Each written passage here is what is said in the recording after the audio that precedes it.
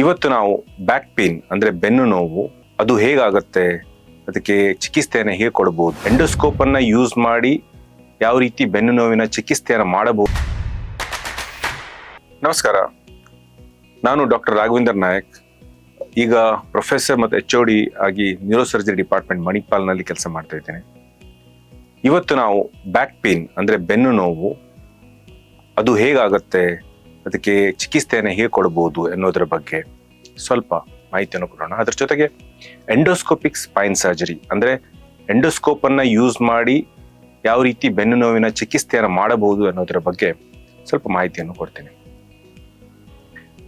ಈಗ ಬೆನ್ನು ನೋವಿಗೆ ಏನ್ ಕಾರಣಗಳು ಅನ್ನೋದಕ್ಕೆ ಹೊರಟ್ರೆ, ಮುಂಚಿತವಾಗಿ ನಮಗೆ ಬೆನ್ನಲ್ಲಿ ಏನೇನಿದೆ ಅನ್ನೋದು ಅವಶ್ಯಕತೆ ಇದೆ. ಬೆನ್ನೊಳಗಿರುವಂತಹ ಸ್ಟ್ರಕ್ಚರ್ಸ್ ಅಂದ್ರೆ ಒಂದು ಮಸಲ್ಸ್ ಅಂದ್ರೆ ಮಾಂಸಖಂಡಗಳು, ಎರಡನೇದಾಗಿ ಬೋನ್ ಅಂದ್ರೆ ಮೂಳೆ, ಮತ್ತು ಈ ಎರಡು ಮೂಳೆಗಳು ಬೆನ್ನು ಮೂಳೆ ಅಂತ ಹೇಳ್ತೀವಲ್ಲ, ಅದು ಬೆನ್ನು ಮೂಳೆಗಳ ನಡುವೆ ಒಂದು ಡಿಸ್ಕ್ ಅನ್ನೋ ಒಂದು ಮಟೀರಿಯಲ್ ಇರುತ್ತೆ. ಈ ಡಿಸ್ಕ್ ಮತ್ತೆ ನರಗಳು, ಈ ನಾಲ್ಕು ಏನು ಅಂಗಾಂಗಗಳಿವೆ, ಇವುಗಳಿಂದ ಯಾವುದೇ ರೀತಿಯಾದಂತಹ ಯಾವುದೇ ತೊಂದರೆ ಆದ್ರೂ ಕೂಡ ನಮಗೆ ಬೆನ್ನು ನೋವು ಬರುತ್ತೆ. ಈಗ ಬೆನ್ನು ನೋವಿಗೆ ಕಾರಣ ಏನಂತ ಹುಡ್ಕೋಣ. ಮೊದಲನೇದಾಗಿ ಹೇಳಿದಂತೆ ಮಾಂಸಖಂಡಗಳು. ಈ ಮಾಂಸಖಂಡಗಳು ಸಂಕುಚಿತವಾದ್ರಿಂದ ಅಥವಾ ಮಸಲ್ ಸ್ಪಾಸಮ್ ಅಂತ ಹೇಳ್ತೀವಿ, ಇದು ಬೆನ್ನು ನೋವಿಗೆ ಮೋಸ್ಟ್ ಕಾಮನ್ ಆದಂತ ಒಂದು ಕಾರಣ. ಈ ಮಾಂಸಖಂಡಗಳ ಸ್ಪಾಸಮ್ ಯಾವಾಗ ಆಗತ್ತೆ, ಯೂಶಲಿ ಯಾವಾಗ ಆಗತ್ತೆ ಅಂತ ಹೇಳಿದ್ರೆ, ಯೂಶಲಿ ಒಬೀಸ್ ಪೇಷಂಟ್ ಅಂದ್ರೆ ತುಂಬಾ ತೂಕ ಇರುವಂತಹ ವ್ಯಕ್ತಿಗಳು. ಯಾಕಂದ್ರೆ ತೂಕ ಹೆಚ್ಚಾದಂಗೆ ಬೆನ್ನುಗೂ ಕೂಡ ನಮ್ಮ ಪೋಸ್ಚರ್ ಅನ್ನ ನೆಟ್ಟಗೆ ಇಟ್ಕೊಳ್ಬೇಕಾದ ಅವಶ್ಯಕತೆ ಬರುತ್ತೆ. ಆವಾಗ ಮಾಂಸಖಂಡಗಳ ಮೇಲೆ ಹೆಚ್ಚಿನ ಒತ್ತಡ ಬರುತ್ತೆ ಮತ್ತು ಅದರಿಂದಾಗಿ ಬೆನ್ನು ನೋವು ಬರುತ್ತೆ. ಇನ್ನೊಂದು, ನಾವು ಬ್ಯಾಡ್ ಪೋಸ್ಚರಿಂಗ್ ಅಂದ್ರೆ ನಾವು ನಿಂತ್ಕೊಳ್ಳುವಂತಹ ಒಂದು ಕೂತ್ಕೊಳ್ಳುವಂತಹ ವಿಧಾನಗಳು ಸರಿಯಾಗಿ ಇಲ್ಲದೆ ಇದ್ರೆ ಅದು ಕೂಡ ಮಾಂಸಖಂಡಗಳ ಮೇಲೆ ಹೆಚ್ಚಿನ ಒತ್ತಡವನ್ನ ತಂದು ಬೆನ್ನುವಿಗೆ ಕಾರಣ ಆಗತ್ತೆ. ಅದನ್ನ ಬಿಟ್ರೆ ಕೆಲವೊಬ್ರು ಸಡನ್ ಆಗಿ ಏನೋ ಒಂದು ಕೆಲಸ ಮಾಡ್ಲಿಕ್ಕೆ ಹೋಗ್ತಾರೆ, ಏನೋ ಒಂದು ವೆಯ್ಟ್ ಎತ್ಬಿಡೋದು, ಅವಾಗ ಇಮಿಡಿಯೇಟ್ಲಿ ಬೆನ್ನಿಗೆ ಏನೋ ಸಿಕ್ಕೊಂಡಿದೆ, ಸಡನ್ ಆಗಿ ಏನು ಮಾಡಕ್ ಹೋದೆ ಸಿಕ್ಕೊಂಡ್ಬಿಟ್ಟಿದೆ ಅಂತ ಹೇಳ್ತೀವಿ, ಅದು ಕೂಡ ಒಂದು ರೀತಿ ಒಂದು ಬೆನ್ನು ನೋವಿಗೆ ಕಾರಣ. ಅಂದ್ರೆ ಅದು ಕೂಡ ಈ ಮಾಂಸಖಂಡಗಳು ಸ್ಪಾಸಮ್ ಆಗೋದ್ರಿಂದ ಬರುವಂತಹ ಕಾರಣ. ಎರಡನೇದಾಗಿ ಹೇಳ್ಬೇಕಂದ್ರೆ ಡಿಸ್ಕ್ ರಿಲೇಟೆಡ್ ಡಿಸ್ಕ್ಗೆ ಸಂಬಂಧಿಸಿದಂತಹ ಬೆನ್ನು ನೋವುಗಳು. ನಾನು ಆಲ್ರೆಡಿ ಹೇಳಿದೆ, ಡಿಸ್ಕ್ ಅಂತ ಹೇಳಿದ್ರೆ ಎರಡು ವರ್ಟಿಬ್ರಲ್ ಬಾಡಿ ಅಂದ್ರೆ ಎರಡು ಬೋನ್ ನಡುವೆ ಇರುವಂತಹ ಒಂದು ಸ್ಟ್ರಕ್ಚರ್. ಈ ಡಿಸ್ಕ್ ನಮಗೆ ತುಂಬಾ ಅವಶ್ಯಕ, ಯಾಕಂದ್ರೆ ನಾವು ಮುಂದೆ ಬಗ್ಲಿಕ್ಕೆ, ಸೈಡ್ ಬಗ್ಲಿಕ್ಕೆ ಎಲ್ಲದಕ್ಕೂ ಈ ಡಿಸ್ಕ್ ಅವಶ್ಯಕತೆ ಇದೆ. ಈ ಡಿಸ್ಕ್ ಇಲ್ಲದೆ ಇದ್ರೆ ನಮ್ಮ ಬಾಡಿ ಪೂರ್ತಿ ಸ್ಟ್ರೈಟ್ ಆಗ್ಬಿಡ್ತದೆ, ನಮ್ಗೆ ಬಗ್ಲಿಕ್ಕೂ ಆಗ್ತಿರ್ಲಿಲ್ಲ, ಸೈಡ್ ಕೂಡ ಹೋಗ್ಲಿಕ್ಕೆ ಆಗ್ತಿರ್ಲಿಲ್ಲ. ಡಿಸ್ಕ್ ಅದಕ್ಕೆ ತುಂಬಾ ಅವಶ್ಯಕ. ಈ ಡಿಸ್ಕ್ ನಲ್ಲಿ ಎರಡು ರೀತಿಯ ಅಂಶಗಳಿವೆ. ಮೊದಲನೇದಾಗಿ ಈ ಡಿಸ್ಕ್ ನ ಹೊರಭಾಗವನ್ನು ನಾವು ಅನ್ಯುಲಸ್ ಫೈಬ್ರೋಸಿಸ್ ಅಂತ ಕರಿತೀವಿ. ಇದು ಸ್ವಲ್ಪ ರಬ್ಬರಿ ತರ ಸ್ವಲ್ಪ ಫರ್ಮ್ ಆಗಿರುವಂತಹ ಸ್ಟ್ರಕ್ಚರ್, ಮತ್ತು ಅದರ ಒಳಗಡೆ ಇರುವಂತಹ ಸ್ಟ್ರಕ್ಚರ್ಗೆ ಅಂದ್ರೆ ಅಂಶಕ್ಕೆ ನ್ಯೂಕ್ಲಿಯಸ್ ಪಲ್ಪೋಸಿಸ್ ಅಂತ ಕರಿತೀವಿ. ಇದು ಸ್ವಲ್ಪ ಜೆಲ್ಲಿ ತರ ಮಟೀರಿಯಲ್, ತುಂಬಾ ಸಾಫ್ಟ್ ಆಗಿರುತ್ತೆ. ಈ ಡಿಸ್ಕ್ಗೆ ಯಾವುದೇ ರೀತಿಯಾದಂತಹ ಒಂದು ರೀತಿ ಗಾಯ ಅಥವಾ ಏನಾದ್ರೂ ಬ್ರೇಕ್ ತರ ಏನಾದ್ರೂ ಆಗ್ಬಿಟ್ರೆ ನಮ್ಗೆ ಬೆನ್ನು ನೋವು ಬರುತ್ತೆ. ಈಗ ಯಂಗ್ ಜನರು ಇರ್ತಾರೆ, ಅಂದ್ರೆ ಯಂಗ್ ಜನರು ಸಡನ್ ಆಗಿ ಏನೋ ಒಂದು ಈಗ ಒಂದು ವ್ಯಾಯಾಮ ಮಾಡ್ಲಿಕ್ಕೆ ಅಥವಾ ಯಾವ್ದು ಜಿಮ್ಗೆ ಏನಾದ್ರು ಹೋಗಿರ್ತಾರೆ, ಸಡನ್ ಆಗಿ ಏನೋ ಒಂದು ವೇಟ್ ಎತ್ಲಿಕ್ಕೆ ಹೋಗ್ಬಿಡ್ತಾರೆ, ಅವಾಗ ಇಮಿಡಿಯೇಟ್ಲಿ ಒಂದು ಪೇನ್ ಸ್ಟಾರ್ಟ್ ಆಗುತ್ತೆ. ಬೆನ್ನು ತುಂಬಾ ಎಕ್ಸ್ಕ್ರೂಷಿಯೇಟಿಂಗ್ ಪೇನ್, ತುಂಬಾ ಸಿವಿಯರ್ ಪೇನ್ ಸ್ಟಾರ್ಟ್ ಆಗುತ್ತೆ. ಅದು ಕೆಲವೊಬ್ಬರಿಗೆ ಕಾಲಲ್ಲಿ ಕೂಡ ಹೋಗ್ತಾರೆ, ಸಯಾಟಿಕ್ ಅಂತ ಕರಿತೀವಿ, ಅದು ಆ ರೀತಿ ಸ್ಟಾರ್ಟ್. ಇಂತಹ ಸಂದರ್ಭದಲ್ಲಿ ಏನಾಗತ್ತಂದ್ರೆ ಈ ಎನಲಸ್ ಫೈಬ್ರೋಸಿಸ್ ಏನಿದೆ ಪೂರ್ತಿಯಾಗಿ ಓಪನ್ ಆಗ್ಬಿಡುತ್ತೆ, ಮತ್ತು ಒಳಗಿನ ನ್ಯೂಕ್ಲಿಯಸ್ ಪಲ್ಪೋಸಿಸ್ ಹೊರಗಡೆ ಬಂದು ನರಗಳು ಅಂದ್ರೆ ಕಾಲುಗಳಿಗೆ ಹೋಗುತ್ತಿರುವಂತಹ ನರಗಳ ಮೇಲೆ ಹೋಗಿ ಕುತ್ಕೊಂಡು ಕಾಂಪ್ರೆಷನ್ ಮಾಡುತ್ತೆ. ಅದು ರ್ಯಾಡಿಕ್ಯುಲರ್ ಪೇನ್. ಇದು ಯೂಶಲಿ ಯಂಗ್ ಪೀಪಲ್ ಅಲ್ಲಿ ಆಗುವಂತ ಒಂದು ಪ್ರಾಬ್ಲಮ್. ಈಗ ವಯಸ್ಸಾದವರಲ್ಲಿ ಏನಾಗುತ್ತೆ ಅಂದ್ರೆ ಏಜ್ ಆಗ್ತಿದ್ದಂಗೆ ಇರುವಂತಹ ಡಿಫ್ರೆಂಟ್ ಅಂಗಾಂಗಗಳೇನಿವೆ ಅವುಗಳಲ್ಲಿ ನೀರಿನ ಅಂಶಗಳು ಕಡಿಮೆ ಆಗುತ್ತಾ ಹೋಗುತ್ತೆ. ಅದೇ ರೀತಿ ಈ ಡಿಸ್ಕ್ ಅಂದ್ರೆ ಅನ್ಯುಲಸ್ ಫೈಬ್ರೋಸಿಸ್ ಏನಿದೆ ಅದರಲ್ಲೂ ಕೂಡ ನೀರಿನ ಅಂಶಗಳು ಕಡಿಮೆ ಆಗುತ್ತೆ. ನೀರಿನ ಅಂಶಗಳು ಕಡಿಮೆ ಆದಾಗ ಏನಾಗುತ್ತೆ, ಅದರ ಮೇಲೆ ಚಿಕ್ಕ ಚಿಕ್ಕ ಗಾಯಗಳಾಗುತ್ತೆ. ಈ ರೀತಿ ಚಿಕ್ಕ ಚಿಕ್ಕ ಗಾಯಗಳು ಏನ್ ಮಾಡ್ತಾವ ಅಂದ್ರೆ ಸುತ್ತಲಿರುವಂತಹ ಕೆಲವೊಂದು ನರಗಳು ಏನಿರುತ್ತೆ ಅನ್ಯುಲಸ್ ಫೈಬ್ರೋಸಿಸ್ಗೆ ಸಪ್ಲೈ ಮಾಡುವಂತಹ ನರಗಳು, ಅವುಗಳನ್ನ ಸ್ಟಿಮ್ಯುಲೇಟ್ ಮಾಡಿ ಬ್ಯಾಕ್ ಪೇನ್ ಬರುತ್ತೆ. ತುಂಬಾ ಸಿವಿಯರ್ ಆದ ಎಕ್ಸ್ಕ್ರೂಷಿಯೇಟಿಂಗ್ ಬ್ಯಾಕ್ ಪೇನ್ ಬರುತ್ತೆ. ಒಂದು ವೇಳೆ ಈ ರೀತಿಯಾದಂತಹ ಗಾಯಗಳು ತುಂಬಾ ಆಳವಾಗಿದ್ರೆ, ತುಂಬಾ ಒಳಗಿನವರೆಗೆ ಹೋಗ್ತಾ ಇದ್ರೆ, ಈ ನ್ಯೂಕ್ಲಿಯಸ್ ಪಲ್ಪೋಸಿಸ್ ಏನಿದೆ ಅದು ಹೊರಗಡೆ ಬರುತ್ತೆ. ಹೊರಗಡೆ ಬಂದು ಹೊರಗಡೆ ರೂಟ್ಸ್ ಅಂತ ಏನು ಹೇಳ್ತೀವಿ, ಅಂದ್ರೆ ಕಾಲಿಗೆ ಹೋಗುವಂತಹ ಕೆಲವು ನರಗಳಿದೆಯಲ್ಲ ಅವುಗಳ ಮೇಲೆ ಕೂತ್ಕೊಳ್ಳುತ್ತೆ. ಅವಳನ್ನು ಕುತ್ಕೊಂಡಾಗ ಸಿವಿಯರ್ ಪೇನ್ ಬ್ಯಾಕ್ ಕಾಲುಗಳಲ್ಲಿ ಕೂಡ ಬರ್ಲಿಕ್ಕೆ ಸ್ಟಾರ್ಟ್ ಆಗುತ್ತೆ. ನಾನು ಸ್ವಲ್ಪ ಹೊತ್ತು ನಡೀತಾ ಇದ್ದಂಗೆ ನೋವು ಸ್ಟಾರ್ಟ್ ಆಗ್ಬಿಡತ್ತೆ, ಕಾಲಿನ ಪಾದದವರೆಗೂ ನೋವು ಸ್ಟಾರ್ಟ್ ಆಗುತ್ತೆ. ಇದನ್ನ ಜನರಲ್ ಟರ್ಮ್ಸ್ ಅಲ್ಲಿ ಹೇಳ್ಬೇಕಂದ್ರೆ ಸಯಾಟಿಕಾ ಅಂತ ಕರಿತೀವಿ. ಸಯಾಟಿಕಾ ಅಂತ ಯಾಕಂತ ಕರಿತೀವಿ ಅಂತ ಹೇಳಿದ್ರೆ, ನಮ್ಮ ಕಾಲಿಗೆ ಬರುವಂತಹ ಒಂದು ಮುಖ್ಯವಾದ ಒಂದು ನರ ಏನಿದೆ ಅದರ ಹೆಸರು ಸಯಾಟಿಕ್ ನರ್ವ್ ಅಂತ. ಅದಕ್ಕಾಗಿ ಈ ಯಾವುದೇ ರೀತಿಯಾದ ಕಾಲಿಗೆ ಸಪ್ಲೈ ಮಾಡುವಂತ ನರಗಳು ಮೇಲಿಂದ ಕೆಳಗಡೆ ಏನಾದ್ರೂ ನರಗಳು ಸ್ಟಿಮ್ಯುಲೇಟ್ ಆಗಿ ಪೇನ್ಗಳು ಬಂದ್ರೆ ಅದನ್ನು ಯೂಶುವಲಿ ಸಯಾಟಿಕಾ ಅಂತಾನೆ ಕರಿತೀವಿ. ಇದನ್ನು ಬಿಟ್ಟು ಕೆಲವೊಬ್ಬರಿಗೆ ಕೆಲವು ಪಾದಗಳಲ್ಲಿ ಏನಿದೆ, ಪಾದಗಳ ಇದರ ಮೂಳೆಗಳ ಹತ್ತಿರ ನೋವು ಸ್ಟಾರ್ಟ್ ಆಗುತ್ತೆ. ಕೆಲವೊಬ್ಬರಿಗೆ ಈ ನೀ ಜಾಯಿಂಟ್ ಅಂತ ಏನ್ ಹೇಳ್ತೀವಿ ಅಲ್ಲೂ ಕೂಡ ನೋವುಗಳಿರುತ್ತೆ. ಇವೆಲ್ಲಗಳು ಕಾರಣ ಕೂಡ ಡಿಸ್ಕೋಜೆನಿಕ್ ಕಾರಣವೇ ಆಗಿರ್ಬೋದು. ಈಗ ಯೂಶುವಲಿ ಯಂಗ್ ಪೇಷಂಟ್ ಅಂದ್ರೆ ಯಂಗ್ ಜನರಲ್ಲಿ ನೀ ಪೇನ್ ಆಗ್ತಾ ಇದೆ, ಯೂನಿಲ್ಯಾಟರ್ ಅಂದ್ರೆ ಒಂದ್ ಸೈಡ್ ಇಂದಷ್ಟೇ ನೀ ಪೇನ್ ಆಗ್ತಾ ಅಂತ ಹೇಳಿದ್ರೆ ಅದಕ್ಕೆ ಮೋಸ್ಟ್ ಆಫ್ ದ ಟೈಮ್ಸ್ ನಾವು ಡಿಸ್ಕ್ ನ ಕಾರಣವನ್ನು ರೂಲ್ ಔಟ್ ಮಾಡಬೇಕು. ಅದು ಡೈರೆಕ್ಟ್ಲಿ ನಾವು ಆಸ್ಟಿಯೋ ಆರ್ಥರೈಟಿಕ್ ಪೇನ್ ಅಂತ ಹೇಳಲಿಕ್ಕೆ ಆಗಲ್ಲ. ಬಟ್ ಓಲ್ಡ್ ಪೀಪಲ್, ವಯಸ್ಸಾದ ಜನರಲ್ಲಿ ಎರಡೂ ಕಡೆ ನೋವಿತ್ತು ಅಂತ ಹೇಳಿದ್ರೆ ಅದು ಸಾಮಾನ್ಯವಾಗಿ ಅದು ಆಸ್ಟಿಯೋ ಆರ್ಥರೈಟಿಕ್ ಪೇನ್, ನೀಗ್ ರಿಲೇಟೆಡ್ ಪೇನ್.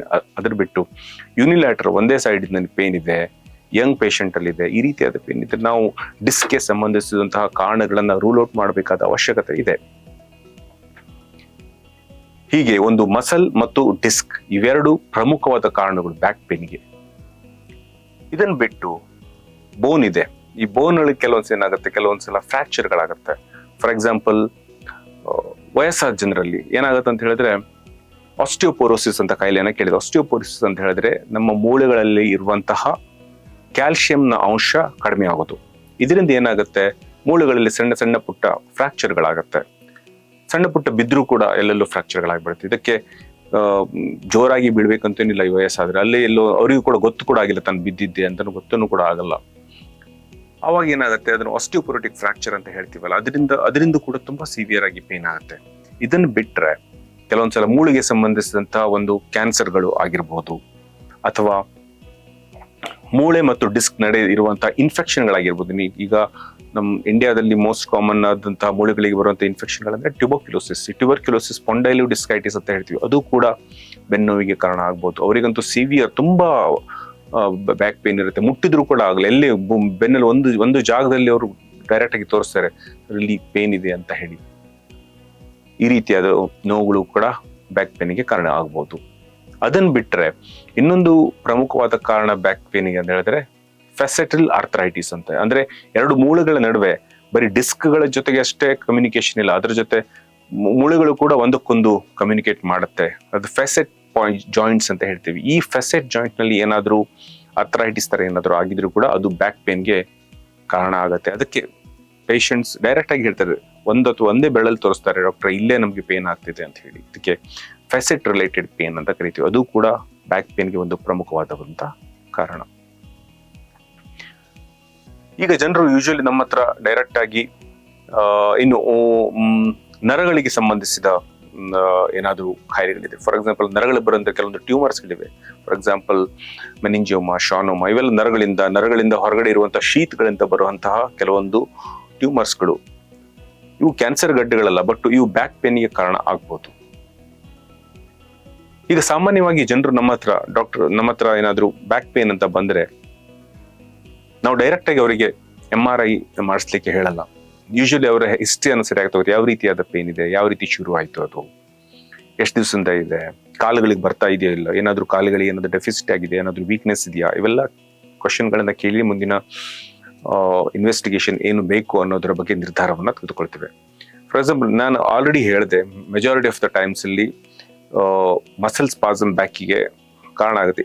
ಒಂದ್ ವೇಳೆ ಅದು ಮಸಲ್ ಸ್ಪಾಸಮ್ನಿಂದ ಆಗಿರುವಂತಹ ಬ್ಯಾಕ್ ಪೇನ್ ಆಗಿದ್ರೆ ನಾವು ಯೂಶುವಲಿ ಡೈರೆಕ್ಟ್ಲಿ MRI ಮಾಡಿಸಲ್ಲ. ನಾವು ಯೂಶುವಲಿ ಅವರಿಗೆ ಒಂದು ಎಕ್ಸ್ರೇ ಮಾಡಿಸ್ತೀವಿ. ಎಕ್ಸ್ರೇದೊಳಗೆ ಏನಾಗುತ್ತೆ ಅಂತ ಹೇಳಿದ್ರೆ ಬೆನ್ನು ಮೂಳೆ ಯೂಶುವಲಿ ನಮ್ಗೆ ಈ ರೀತಿ ಬಗ್ಗಿರುತ್ತೆ. ಯೂಶುವಲಿ ಇದು ಸ್ಟ್ರೈಟ್ ಆಗಿಬಿಟ್ಬಿಡುತ್ತೆ.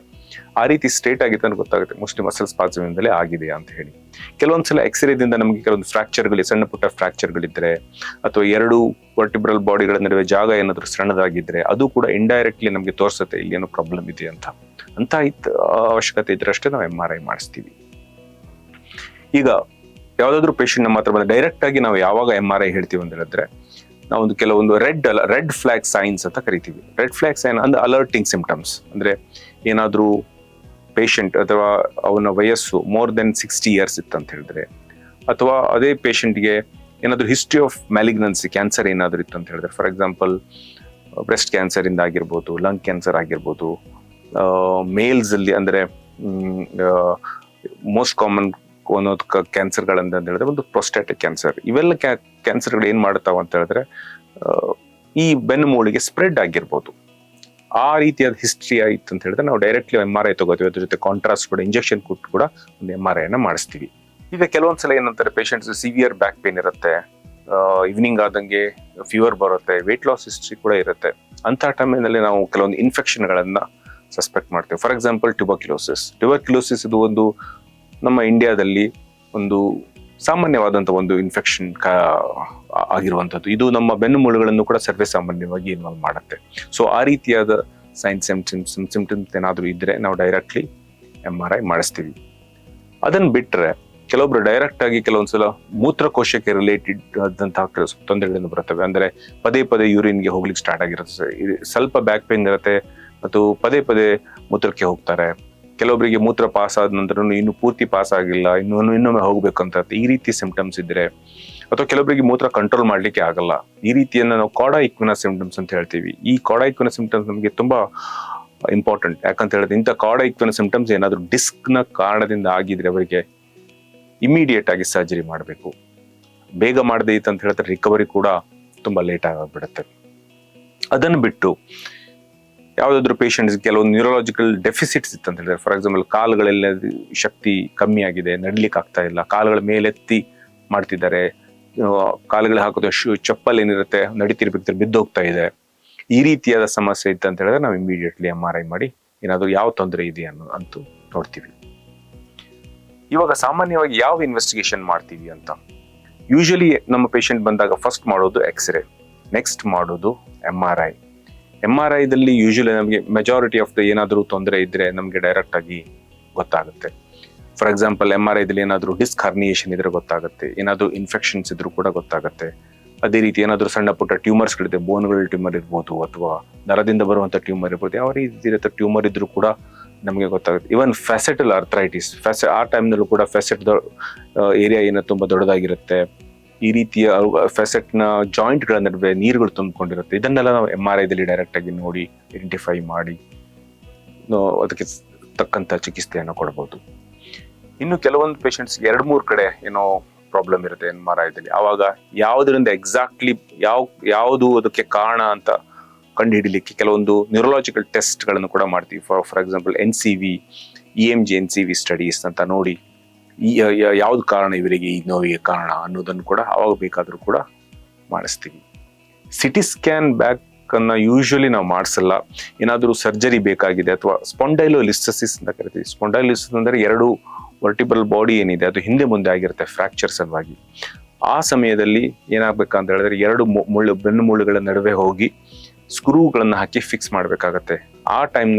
ಆ ಸಮಯದಲ್ಲಿ ನಾವು ಅದಕ್ಕಿಂತ ಸರ್ಜರಿಗಿಂತ ಮುಂಚೆ CT ಸ್ಕ್ಯಾನ್ಗಳನ್ನ ನೋಡಿ ಯಾವ ರೀತಿಯಾಗಿ ಹೋಗ್ಬೇಕು, ಯಾವ ರೀತಿಯಾಗಿ ಸ್ಕ್ರೂಗಳನ್ನ ಹಾಕ್ಬೇಕು, ಇವುಗಳ ಬಗ್ಗೆ ಮಾಹಿತಿಯನ್ನ ತೆಗೆದುಕೊಳ್ಳಕ್ಕೆ ನಾವು CT ಸ್ಕ್ಯಾನ್ ಅನ್ನ ಮಾಡಿಸ್ತೀವಿ. ಅದರ್ವೈಸ್ ನಮಗೆ ಮೆಜಾರಿಟಿ ಆಫ್ ದ ಟೈಮ್ಸ್ ಅಲ್ಲಿ MRI ಮಾಡಿಸಿದ್ರೆ ಎಲ್ಲವೂ ಗೊತ್ತಾಗತ್ತೆ. ಈಗ ಬೆನ್ನುಮೂಳೆ ಇರುವಂತಹ ಈ ನೋವು ಏನಿದೆ ಇವಾಗ ಯಾವ ರೀತಿ ಚಿಕಿತ್ಸೆಯನ್ನು ಕೊಡ್ತೀವಿ ಅಂತ. ಈಗ ಮಸಲ್ ಸ್ಪಾಸಮ್ ಬಗ್ಗೆ ಆಲ್ರೆಡಿ ಹೇಳಿದೆ. ನಾವು ಮಸಲ್ ಸ್ಪಾಸಮ್ ಅಂತ ನಮ್ಗೆ ಶೋರ್ ಆದ್ರೆ ನಾವು ಯೂಶುವಲಿ ಅವರಿಗೆ ಬೆನ್ನು ನೋವು ನಿವಾರಕ ಮಾತ್ರೆಗಳನ್ನು ಕೊಡ್ತೀವಿ. ಮತ್ತೆ ಅವರಿಗೆ ಮನೆಯಲ್ಲಿ ರೆಸ್ಟ್ ತಗೊಳ್ಳಿಕ್ಕೆ ಬೆಡ್ ರೆಸ್ಟ್ ಅಟ್ಲೀಸ್ಟ್ ಒಂದು 3 to 5 days ಒಂದು ಬೆಡ್ ರೆಸ್ಟ್ ತಗೊಳ್ಳಿ ಅಂತ ಹೇಳ್ತವೆ. ಈ ಬೆಡ್ ರೆಸ್ಟ್ ಇದೆ ಮೆಜಾರಿಟಿ ಆಫ್ ದ ಟೈಮ್ಸ್ ನೋವು ಕಡಿಮೆ ಆಗ್ಬಿಡುತ್ತೆ.